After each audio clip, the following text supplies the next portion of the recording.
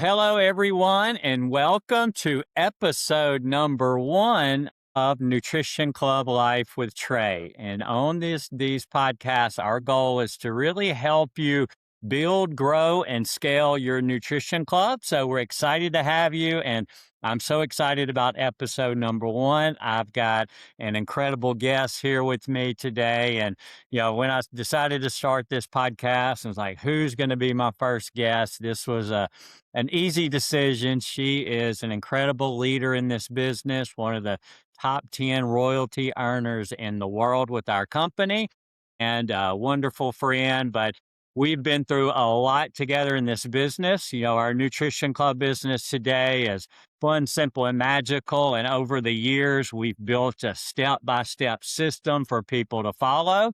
But we didn't always have that system. And so in the beginning, things were not as easy as they are now. And so she's been through that whole process. So it is my pleasure to introduce to you Shanda Yelverton. Shanda, how are you today? Hey guys. Hey Trey. I'm doing so good. Thank you so much for having me on. Wow, what an honor to get to be the first one. There's going to be some jealous people out there on our team. I can't wait. So first of all, tell everybody a little bit about Shanda. What were you doing, back when you were a kid or before nutrition clubs? Okay, we'll start from the beginning. So I grew up in a small town called Bruton, Alabama. You've probably never heard of it unless maybe you were driving through it to go to the beach, but very small town. I loved it there. I actually, started my entrepreneur career very young, selling watermelons for $1 with my dad. So just simple life like that. And when I was about 14 years old, I guess, I moved to Mississippi with my mom. So I was raised by a single mom. My parents got divorced when I was 8. Say it's the best thing that ever happened to me, though, because they were both able to be great parents through that. And we didn't have a lot growing up, not a lot of money, but we had a lot of love. And so I think that's so important to be raised like that. So moved to Mississippi, and fast forward, this is where I met my husband, Tony. And before we got into the nutrition club business, we were both barbers. So we had a good living. We had the home that we loved. Tony had his toys, crazy painted boats. And our weekends consisted of like going out, doing things like that on the river. And am I going too fast for you, Trey? Is this Yeah, good? you're great. This is great. So like on the river, some adult activities, adult drinks, not the healthiest lifestyle. And both being hairstylists, we had gained weight like a lot of people do when they're in the service industry because you're so fit, quite quick and fast doing things. And you just grab whatever you can when you're in the back mixing colors. So that's how I got started in this. I went into a nutrition club because one of my friends was actually working out of the nutrition club as an operator. She invited me in to have a shake. It was actually a lemon icebox shake, and that nutrition club was Skinny's, which is Trey's nutrition club. That's where I met Trey, his wife Mamie, and then one of my other mentors, Nikki Lee. I did not like my shake, but I'm not a lemon girl, but I loved the people. So loved the nutrition club, fell in love with them, loved the atmosphere. And that night I told my friend, don't tell those people because they're so nice, but their shake, I don't think they're going to make it. And so, thankfully, she did tell Trey. And he said, that's no problem. She needs to be drinking the chocolate shake anyway. So I tried our chocolate post-workout shake. Then I fell in love with the shakes and loved it. So I was doing hair and teaching a dance fitness class. And I believe Trey loved, the dance fitness part. Yeah, that was I think that was my first memory of you was and first of all, lemon icebox. That's a tough one for your first one. I don't know who recommended that, but One of the customers. you either love the lemon icebox or you don't. So it's either one way or another. But yeah, I remember they're like, "Hey, this girl Shanda, she's great. She'd be wonderful on the team. She's teaching this Zumba class. We're going to send some shakes to her for all of her people in her Zumba class, and so that was my job, was to deliver it to your Zumba class. And I remember I didn't know what Zumba was. I had no idea what it was until I walk and there was a door, and it was like this strange music, and I could just hear women in there screaming and hollering, and I was like, I don't know what this is, but I'm not going in. So I dropped the shakes off at the door and I ran. It And so it was actually a new routine. It was some Indian song, so we were all doing the moves when he came in. yeah, He's like left it and ran. I was like, there's no way I'm opening this door. They might sacrifice me. I didn't know what was happening in there. But yeah, and hey, when you just said that, it's an interesting fact here that my first entrepreneur experience also was selling watermelons on the side of Highway 80 in Brandon. So I we didn't have know that. See? That's why we we, love each other so much. we have that in common. So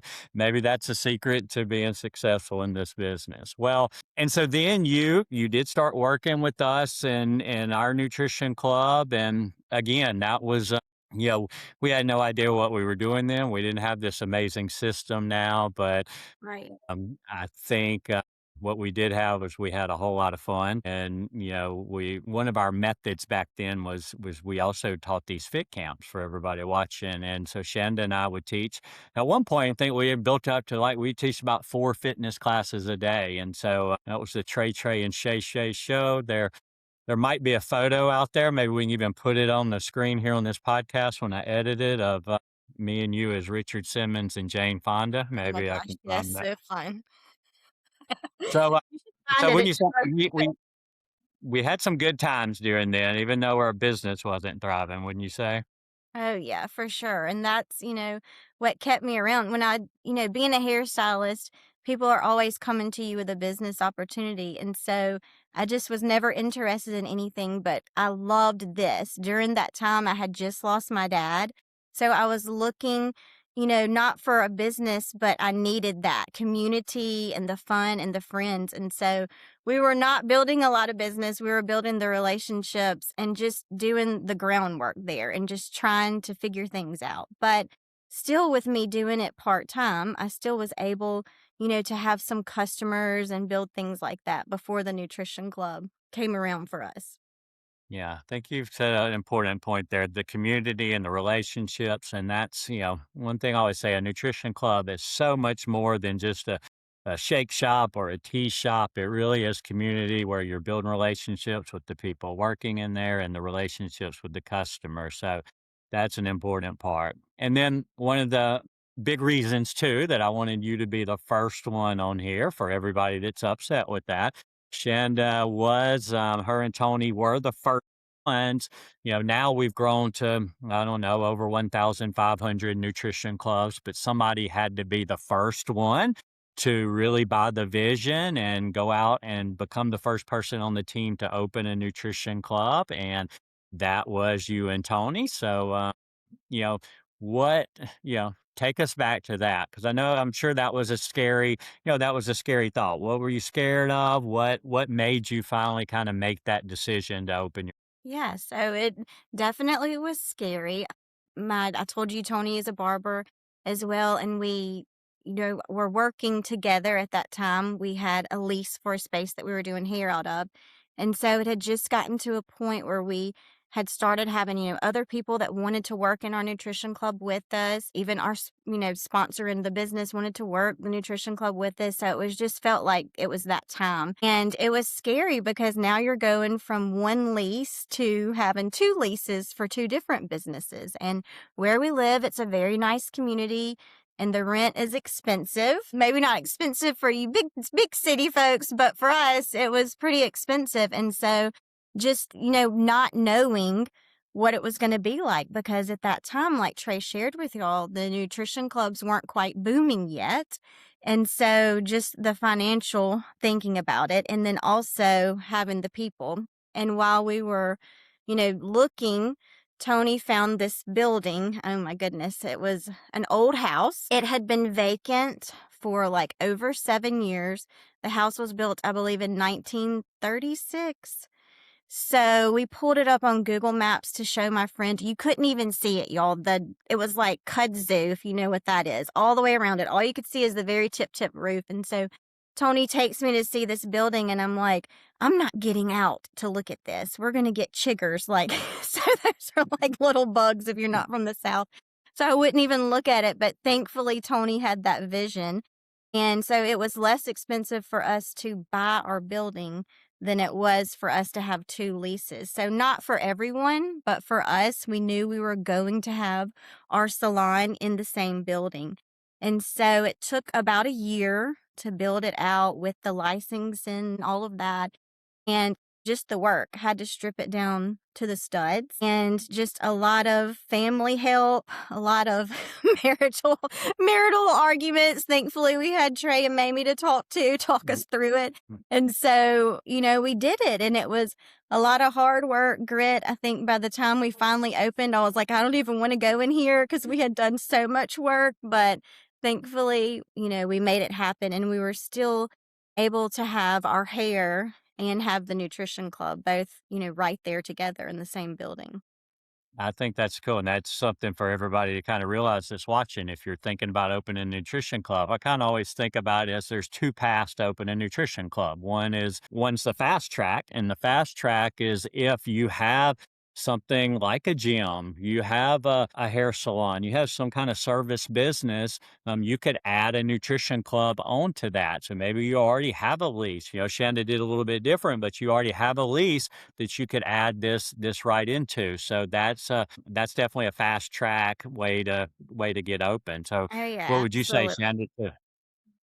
Shanda, would you recommend, being a hairstylist, is it a great extra income somebody could bring into their salon?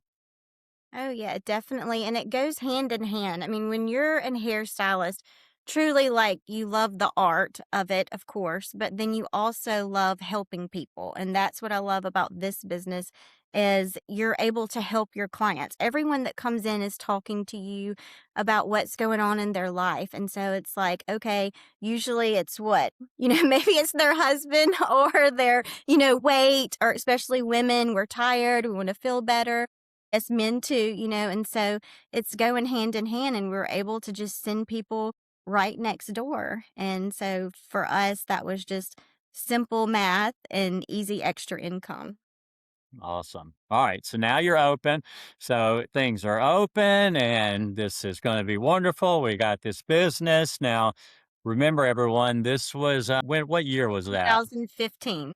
2015. So we really didn't know what we were doing. I had opened my nutrition club in 2009, and we still hadn't figured everything out like we have it today. And so this was a big, a big step. Shanda and Tony going out and opening their nutrition club, and us not having everything figured out. And so, how did it go in the beginning? Well, we're hyped ourselves up, and we're so excited. I've grown up in this town since I was 14. My husband had been a barber there for over 15 years. And so we just thought, everyone was going to come through the door, and it's okay if Trey and Mamie and their club had only done like 30 so far, 30 people a day. We're going to have 100 people the first day. And I think we had 9 people the first day, and 8 of them were Trey and Mamie and their son and our friend Nikki Lee and her children. So it didn't go as well as we planned. So, but that's okay.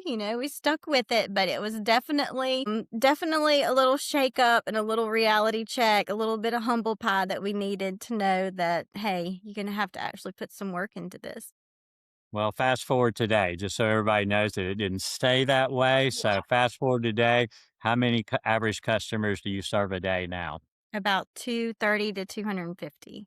About Yeah. 230, 250 customers. So, think it ended up working out, I would say. Ended up working out in our favor. Thankfully, I was paying rent to Tony, so it wasn't that big of a deal.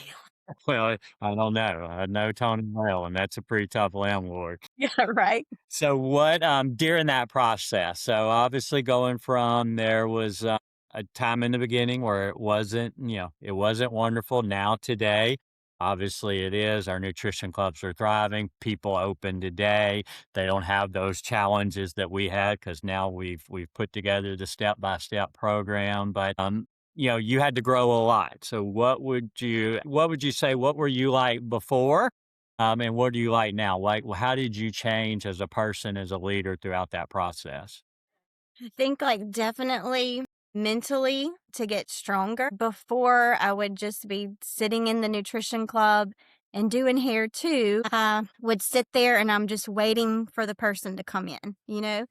And it's like, you're just like a knot on a log, just like sitting there waiting. When are they going to come by? When are they going to come by? And I just like didn't have the confidence because no one had done it yet on our team, I think. And just, was sitting there basically feeling sorry for myself. Like, why isn't this working?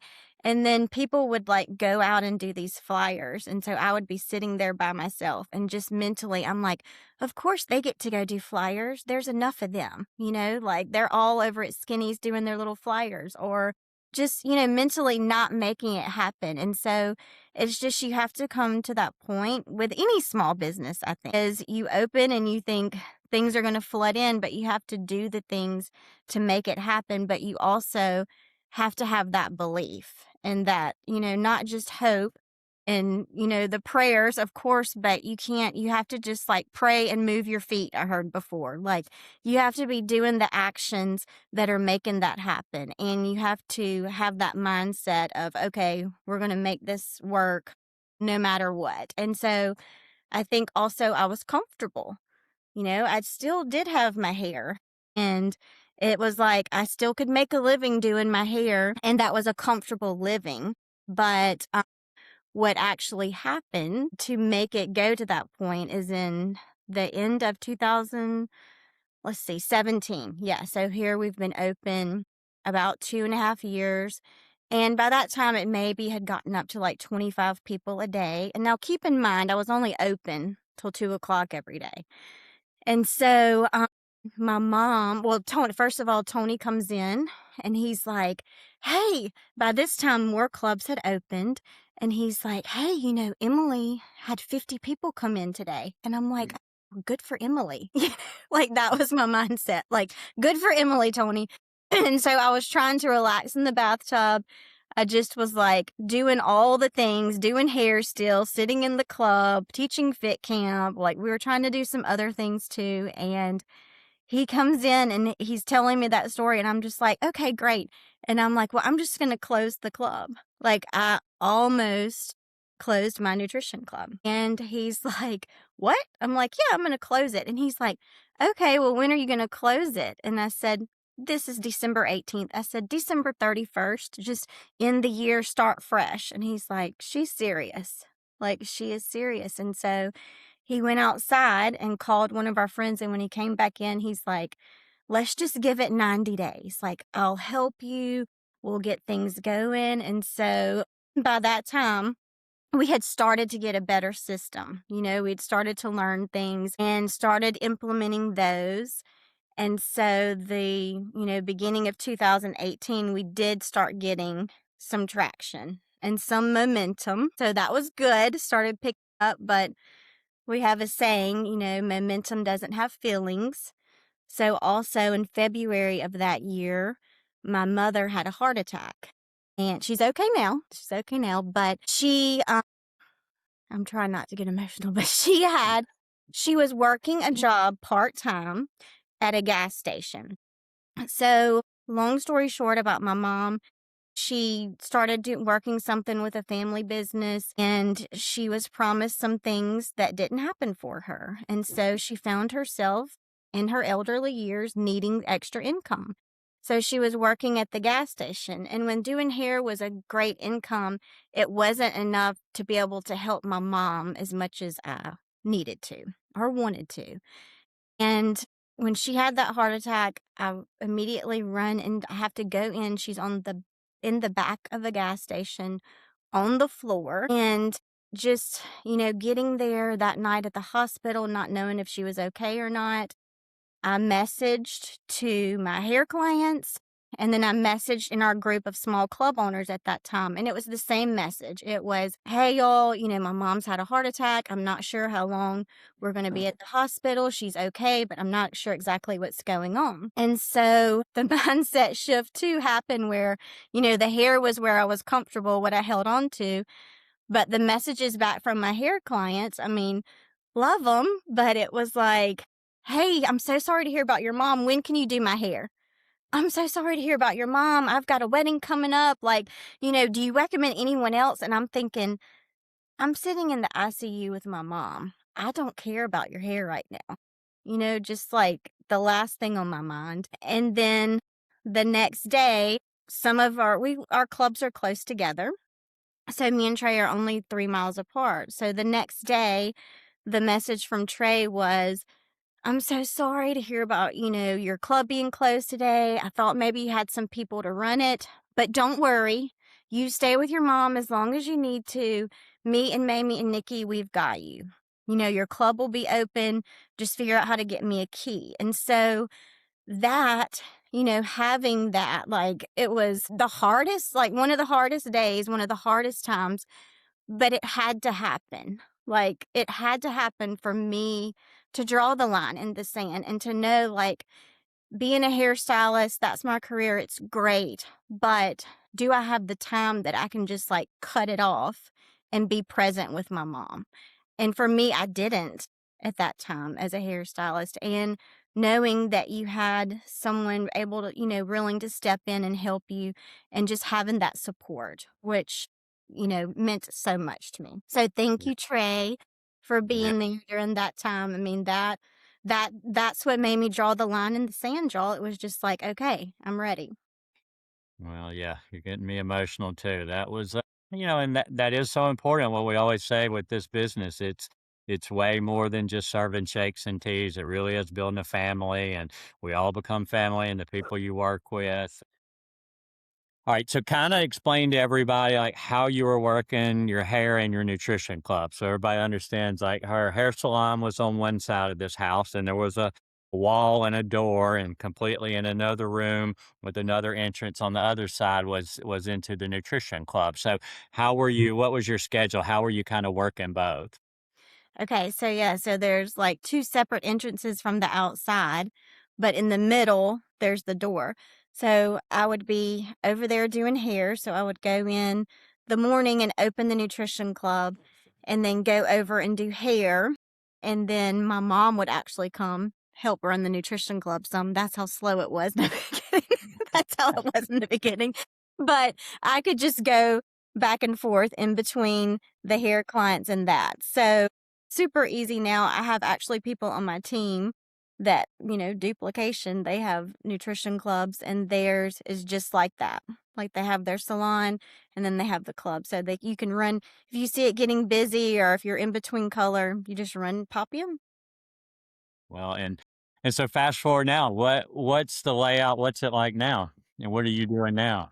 So now the whole building is pretty much storage for the nutrition club. So we have the nutrition club. The room that my husband was in, we actually knocked the wall down. So that is seating, extra seating for the nutrition club now because it's so busy. And then my back room where I used to do hair and makeup is a storage room for the cups. So there's only one little bitty space up front now that my husband can do hair when he wants to. Now he has some of his older clients that he loves. He has, Trey. He can cut his hair too. So he can do the people that he enjoys cutting and that he still loves to cut. That's awesome. So your little side hustle nutrition club has become a pretty incredible career, would you say? Yes. Yes, I haven't done hair since, let's see, 2018. So when I told you about my mom, that's when I made that commitment that I'm going to go all in with this nutrition club thing. I'm going to make it work. I started cutting back on the hair clients and then went in full time with the nutrition club, extended the hours till 6 every day, and then closed on Sundays, of course. But So other how than would that, you say what would you say are the biggest changes? Like how has your life changed from the way it used to be to now with what's happened with this business? goodness. Okay, so first, I would say the biggest thing is being able to go on a trip. I love to travel. So for me, before I would have to schedule all my clients out months in advance. And if they were already booked months in advance, I'd have to move them around. And if you've been in any service industry or worked on appointments, you know that's super stressful to inconvenience people. So I can go whenever I want now. So that's very convenient. Before, my husband, he did like just not appointments. He was like walk in. So when we went on vacation, like I would go before him and then he would just show up later down the road. So definitely having the time freedom, the travel, being able to do things like that. The income, my income, I was happy with doing hair, but now it's so much better. I can help my mom now. I can help anyone really that needs help. So that would be my main thing, I think, is just like having that time freedom to be able to do anything you want to do. Let's talk about beliefs. I know there's probably a lot of people, maybe people that are watching this that are thinking, oh man, I would love to open that nutrition club, but maybe they don't have that belief thinking it's possible for them. So what would you think, like kind of thinking back, what did you think it took to succeed before? Like what were those fears that maybe you had that maybe now you see, well, that really wasn't the case? Yeah, knowing like, my fears were financial, I told you that, worrying about that, which now having the system figured out and knowing like nothing's guaranteed, but it's like I can show people, okay, this is the plan. If you follow this system, then, these are, if we have these numbers, this is what we can get to. So having that confidence now, whereas before, we didn't have our system quite figured out. So I didn't have that confidence that we have now in that. And then, just being able to have people in the nutrition club, which before part of my issue was not having anyone at first, but it was because some of my people went and opened their own nutrition clubs. So now it's easier because people want to be in the nutrition club. We have a list of people that have called in wanting to help. So it's not hard for us to find help. It's a Yeah, fun. that was a big one for me. So back when you were working in my nutrition club, remember at one point there were 16 people working in the nutrition club. So that was great, but we weren't growing. Then after you moved and opened yours, and then that became successful, and we figured out this business model, all 16 of you left me and Yeah. went and opened your own nutrition clubs, and that was definitely that was a bittersweet moment there. But so now, let's talk a little bit about strategy because maybe there are people out there that are watching that have opened a nutrition club, and we've talked a lot about our system. And so, what would you say going from that when you were really struggling to now serving over 230 people a day? What are the top three things that you think have helped you grow or important for a new club owner? I think when I extended those hours, not having like only open from the 7 to 2 time, you're having a breakfast crowd and a lunch crowd, but you're not having that late lunch crowd. You're not having the before school, before car pickup, and you're not having the after school activities. Like that's one of our busiest times during the day. And so I think a lot of people just go in and they're not extending their hours like that. So that's one thing that helped us.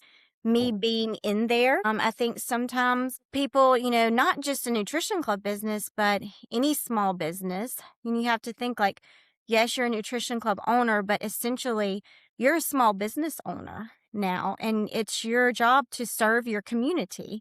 And so for me, being a present owner, being there. People want to come by, they want to see your face, they want to say hello.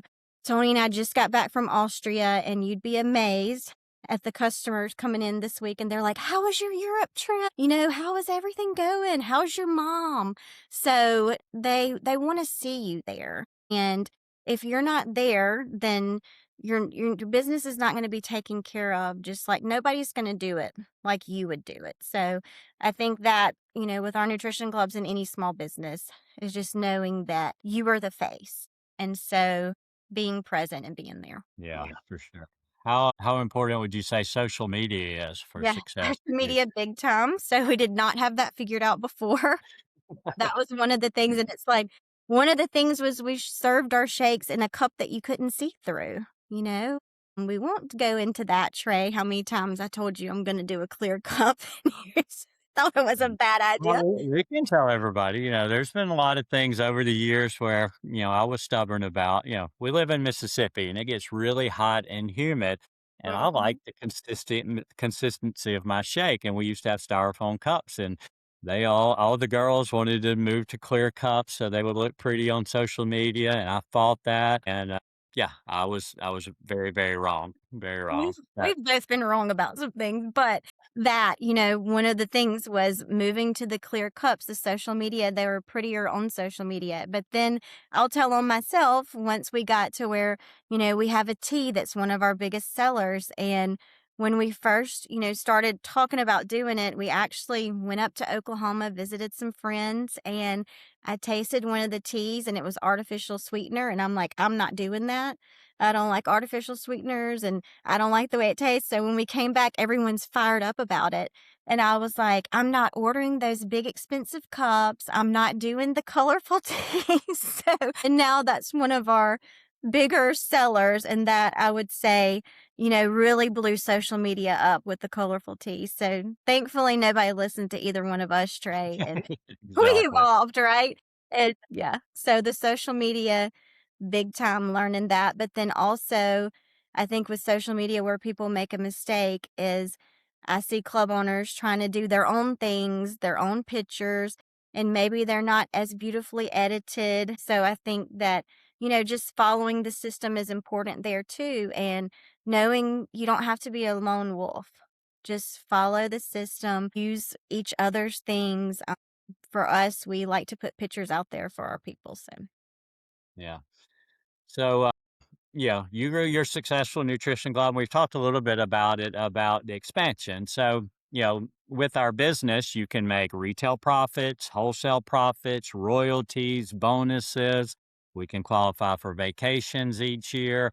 And so there's a lot of other areas of income rather than the retail profits just from our own nutrition club. So as we start to grow a team, we can make royalties and bonuses from growing that team. And as I mentioned at the beginning of the podcast, Shanda and Tony were in the top 10 in the world.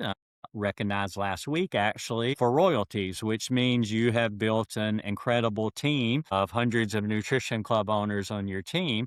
And so, what would you say from that? Where do you think the majority of those new club owners where you built your team came from? Were they from people you knew or customers in your nutrition club?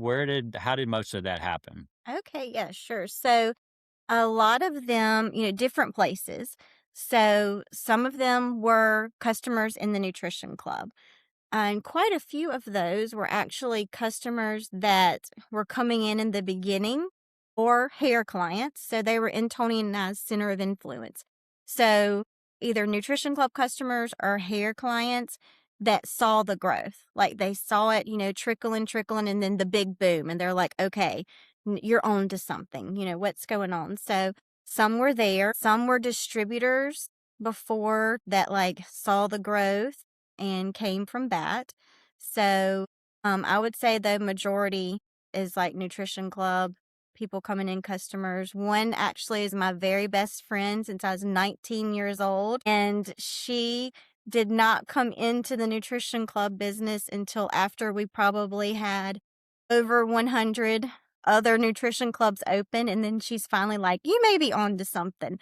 So that's actually my best friend, Kristen. So sometimes you think, like, they're seeing this, they know what's going on, but sometimes it just takes a little while for people to see. So just staying consistent with that, and her salon and her nutrition club are right next door to each other in a shopping center. So There you go. Well, I think that's, one thing we all see, and same for me. It's some come from people you know or customers, but it all happens when you get your own nutrition club and you build your nutrition club up successfully. If that's happening, if you've got a business, you've got 100, 200, 300 people a day coming in, obviously people are going to get excited about that. So yeah. that's always the thing we teach that yes, you want to grow your nutrition clubs, the royalties, the bonuses, those things are great, but it all starts with, and you got to continue to always make sure that, you keep your own nutrition club, making a great profit. That's a good point, Trey. I think it all goes back to having that confidence in yourself, having the confidence in your nutrition club, having the confidence in the business to know it'll work. And then you feel like you can share with people, then you know what's working. So So you've helped a lot of people open nutrition clubs. I'm sure there's some people watching this right now that are, maybe on the fence right now. So somebody's watching this right now, they're on the fence about opening a nutrition club. What would you say to them? Um, I would say don't wait. Of course, you're going to be, you're sitting there maybe now thinking, what if maybe I could do that? And then a year from now, you'll probably be looking around seeing people that you knew that did take that step and are growing. And don't think, what if, or I should have. Like, you're going to regret it if you don't. So that's, how I definitely would have felt. I feel like everything's God's timing, but I wish I would have started sooner. And so that would be my advice to someone is if you see it and you think this is something for you, then the time is now for sure. We have things figured out. There's people wanting to open all over. So I would just say, you know, think it through, but there's no time like the present. And if you have that burning desire, then I think that's somebody trying to tell you something that this is something for you. What do you think your life would look like today if you hadn't opened a nutrition club? Ooh, let's see. We don't want to think about that. I don't wanna think about that. Let's see, I'd probably still be doing hair maybe. Very tired. I don't know if I'd be doing hair. We had something big happen in 2020 where Tony couldn't do hair at all for a few months there, and so that's when he really started working more in the nutrition club and loving it. So there's things that would happen in this lifespan that neither one of us would have had an income for a few months. So I think one of us would have had to figure something out then. I had shoulder surgery back last year, so I wouldn't have been able to do hair for a few months. So that would have been kind of scary times. I definitely think my health would not be what it is today if I would have kept up with those habits. So my nieces and nephews definitely wouldn't be as happy because they get to go on all these wonderful trips. Yeah, they They're a little they get their spoiled. vacations each year. You have to rotate though. If I've noticed, you rotate which one gets to go. They think only one can go. Don't tell them the truth. Well, maybe they're not watching this. So, if you had to start over again, like knowing, okay, you've been through this whole process when our business wasn't successful to now, we see people opening over 100 people serving, serving over 100 people their first day. So, if you were opening right now, if you had to start over and you were going to open right now, what would be some of the first things you would make sure you did? I would make sure that I am following the plan exactly. I wouldn't try to stray. I wouldn't try to come up with my own recipes like I did in the beginning. I had one named after Trey. It was cute, but but I would follow the system. Don't feel like you're copying. It's okay to copy, be a copycat if you're copying the right cat. So that would be my number one thing is follow the system exactly to it. Be coachable, remain coachable. Even when you're, starting to grow, there's always room for improvement. So those are the things that I would definitely do. Yeah, I think that's important following this system, but also, it's great. And one of the great things about this business is, we've got this unbelievable system and steps to follow, but also we're all independent business owners. So you get to, with your own nutrition club, you get to add your personality to it. They all look different. We For don't sure. all serve exactly the same things, and you get to choose your pricing, all of those things. But, following the basics and kind of our proven plan is so important with still being able to bring your personality into it. So what's one thing that you think can change someone's results? Like I know one thing that we see sometimes is we see a nutrition club that's maybe not succeeding. And one thing that we always see very seldom ever does a nutrition club like totally close because we've got a line of people like Mhm. just dying to be able to open one. So I've got a list of people that are like, hey, if a space is available, let me know. I'm ready to jump right in. And we see it so many times where a nutrition club is not thriving, and then all of a sudden there's a new owner, and it goes from failing nutrition club to a lot of them in this example are some of our most highest performing nutrition clubs, and the only thing that changed was the owner. Why do you think that happens? I think that it's, going back to when you were asking what's the one thing that changed. And it's like your mindset of before, like my club was slower too, and it took a while. Of course, some of it was our system. Yeah. But a lot of it was me personally. And so I think that's hard to think about. Like it's easy to blame things on everything around you, but it's so hard to look here and say, it's me. It's me. Why does a failing club, someone take it over and it's no different product? They may have spruced it up a little, but when it comes down to it, it's accepting responsibility of it's me. And so we can either do that and accept it and make the changes that we have to do personally and, just be a little more humble and know that it's going to be up to me. The buck stops here. I got to make it work and draw the line in the sand, or let somebody else come in and they'll take it over and do a couple little tweaks and then it'll be blooming. So it's it's up to you. Do you want to do it or do you want somebody else to do it? Yeah, no doubt. I mean, the owner makes a huge difference. We see it. I mean, we see nutrition clubs. Some of the nutrition clubs I've seen that opened are in places, and I'm like, there is no way that's going to work. Like, Tyler and Yeah. Whitney on your team that they opened uh, they opened their nutrition club like in this industrial area in the middle of nowhere, and I'm like, this is going to be terrible. I remember thinking, but I didn't want to be negative towards them, and I remember pulling up on their grand opening, and I think they served 183 people or something that first day, and, 193, yeah. 193, incredible, and so, And just a few locate miles from both of us. But, yeah, exactly, exactly. And I think that was one thing that we worried about in the beginning as they started growing. We were like, "Oh my gosh." And it was part of mine was like, "Okay, I'm here and you were opening 3 miles from me. Like, are we gonna split customers? If I'm doing 100, am I gonna get 50 and you get 50?" But both of our businesses grew.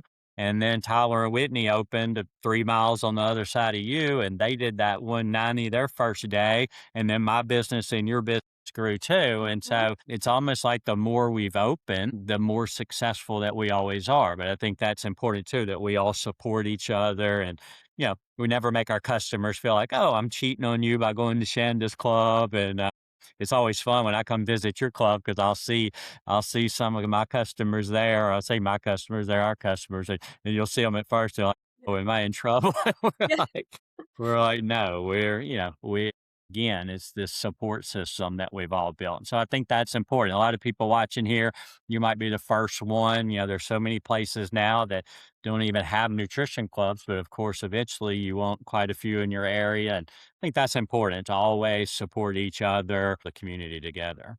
Yep, it's very important. If we have new ones opening, like Trey said, telling your customers, hey, go there. Or I'll even put it on my Facebook page so that they'll see, like, okay, I can go there. This is good. And then you want them, if they're on the other side of town, I tell people, cheating is not going to the other nutrition club. Cheating is going to get some fast food that day. So I want to make sure you're being, healthy and getting the right thing in their system. So and I think it always helps us anytime a new club opens and, your customers may go there at first, but then some of their customers may come see you. So we've never seen, a loss in business with that. It's just always helped improve. No, exactly. All right. So, what would you say? I'm going to kind of give you the last couple of thoughts here. Anything else you'd want to say? Somebody watching this, maybe they're kind of excited right now to open or thinking about it. Any last advice you would give anyone? Don't listen to your family or friends. I still have an email saved from my mother-in-law. I like to show it to her every once in a while, my stepmother-in-law. of how she told me, "You don't need to open your own business, you have hair," and now she's, like, loves it, you know? So, I would say, like, just listen to yourself and take the step, take the next step, and you know what is important in your life and what you need to be doing. So, put the hater blockers on, don't listen to anyone else. And last thought here for someone, let's say there's someone here and they've opened, they finally made that decision. They're like you were, and maybe it didn't take off right at the beginning like they thought it would. What advice would you give them? I would say that's good because now you're gonna have a story to tell someone one day if they're not taking off, because look at me, now I can share and help people that are not taking off too much. So I would say take a deep breath, take a step back, look and say, look and see, like, what are some of the things that I can work on? Is your social media on point? That's the very first thing I look at. If someone comes to me and says their numbers are down, I'm like, okay, let's look at your social media. What does that look like? Are you present in your nutrition club? Like, honestly, are you present in your nutrition club? I'm not saying you have to be there every hour that it's open, but when you're there, what are the conversations that are happening and what's going on? And I would say the last thing is make sure you're getting out into your community. Make sure that you are spreading the news that you have a nutrition club. Make sure you're supporting some of those local groups and things like that. The three big things. Awesome. Well, I think we'll end it with that. So, Shanda, this has been amazing. Thank you so much for being guest number one. And, for everybody watching, hopefully this has helped you learn, how to build, how to grow, how to scale your nutrition club. Make sure you hit subscribe so you can be ready for episode number 2 when that comes. We'll see who that's going to be. And then, if you just found this podcast and you're interested in opening a nutrition club, first of all, if somebody sent you here to watch the podcast and you're interested in opening, make sure you get back with them, ask them the details of what you need to do to get started. If that's not the case and you just stumbled across this, there's a form here on my page you can fill out, and we'll make sure we get you in touch with somebody to help you get started. So thanks everybody for joining us, and have a good day, and we'll see Thanks you for on having episode me. number 2. Bye, guys.